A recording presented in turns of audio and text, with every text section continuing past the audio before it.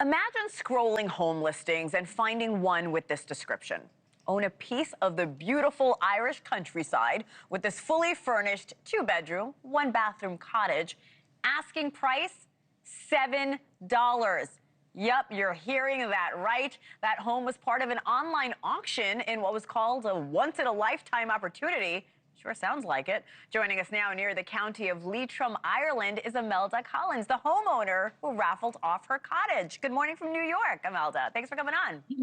Good morning, and thank you so much for giving me this opportunity. I'm delighted. You've sparked so many conversations within the team. We all wish we took part in this raffle. But what made you want to raffle your house instead of selling it in a more traditional way?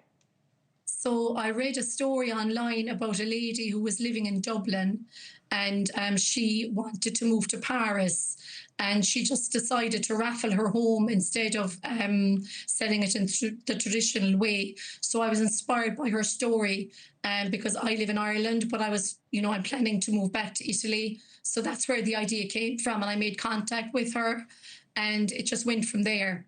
What a beautiful piece of land. I have no doubt that a lot of people try to take part. What was the process like spreading the word and, of course, selling the tickets? Inside, gorgeous as well.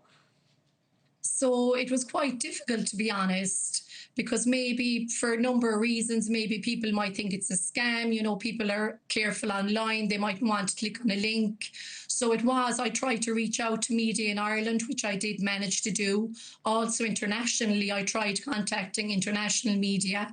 And of course, I was successful with the New York Times. So I'm very grateful to them. So it was very, it was very difficult, very time consuming, but in the end I succeeded, so I'm delighted. A lot of hard work though in trying to promote it. I'm being told you had to sell at least 150,000 tickets, and it happened. You met that goal. Were you surprised by just how many people are interested in your beautiful cottage? I know, it was shocking, to be honest. I still can't believe it.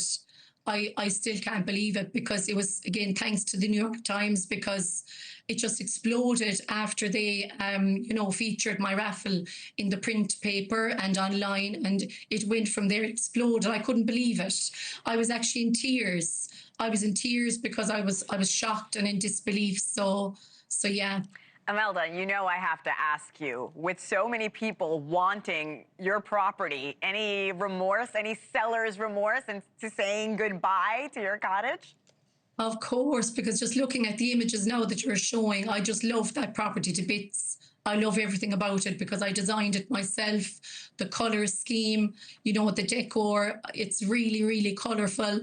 There's a nature theme throughout the cottage, and the land itself is beautiful right now at the moment. My field, there's a huge site.